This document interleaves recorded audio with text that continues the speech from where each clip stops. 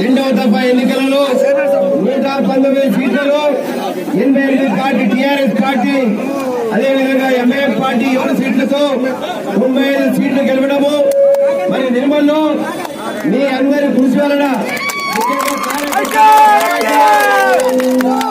అదేవిధంగా శ్రీరావు గారు ఇక్కడ వేదిక మన ముఖ్యమంత్రి గారు తీసుకున్నటువంటి సంక్షేమ కార్యక్రమాలు, అభివృద్ధి కార్యక్రమాలు ఎందరో మంది అడ్డుకోవాలని చూశారు. దేవాదాయ శాఖ మంత్రిగా గెలవని చెప్పి ప్రచారం చేశారు. మరి దేవాదాయ శాఖ మంత్రి ప్రచారం చేయడం జరిగింది. బంగారు ఉంగరాలు ఇస్తున్నాడు ఇంద్రకరణ్ రెడ్డి ప్రచారం చేసింది. ఎన్నో రకాలుగా తప్పుడు ప్రచారం చేసినటువంటి మరి వేరే రాజకీయ పార్టీ వాళ్ళు మరి ఏ విధంగా అయితే మరి ఈ రోజు మనము వాళ్ళందరినీ కబు తినిపించారో మీరందరూ కూడా ఈ రోజు మన మంత్రివర్గాల్లో స్థానం దొరికిందంటే నిర్మల్ ప్రజల యొక్క ఆశీస్సుల వల్ల దొరికిందంటే, కష్టపడి ఓటేసి గెలిపించారు కాబట్టి ఇవాళ మనకి పదవి దక్కింది. అందుకొరకే నిర్మల్ నియోజకవర్గాన్ని మా ఎంపీ సాహెబ్ ఉన్నాయో బాధపడద్దు. నిర్మల్ నియోజకవర్గాన్ని మనం చూసుకున్నాకనే వేరే ప్రాంతం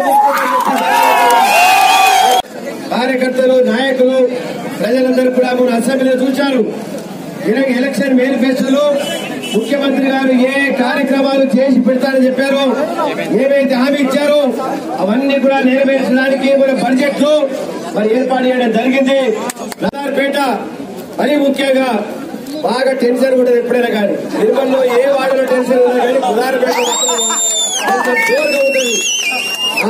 ఆ జోరు ఇదే విధంగా కొనసాగించి మనం అన్ని రకాలుగా విజయాలు సాధించుకునే వరకు చేసుకుని 4.5 సంవత్సరాలు ప్రజలకు ఇచ్చినటువంటి హామీలను కూడా పూర్తి చేయడానికి మనం ప్రయత్నం చేద్దాం.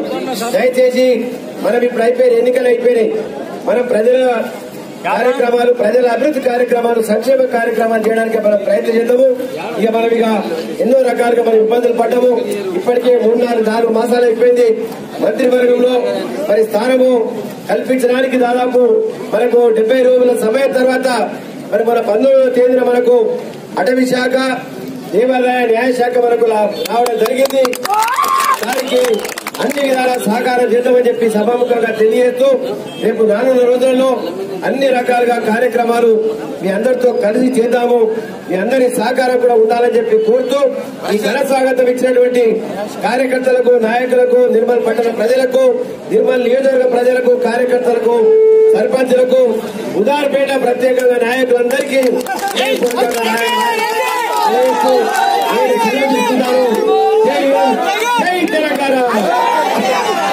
తెలంగాణ.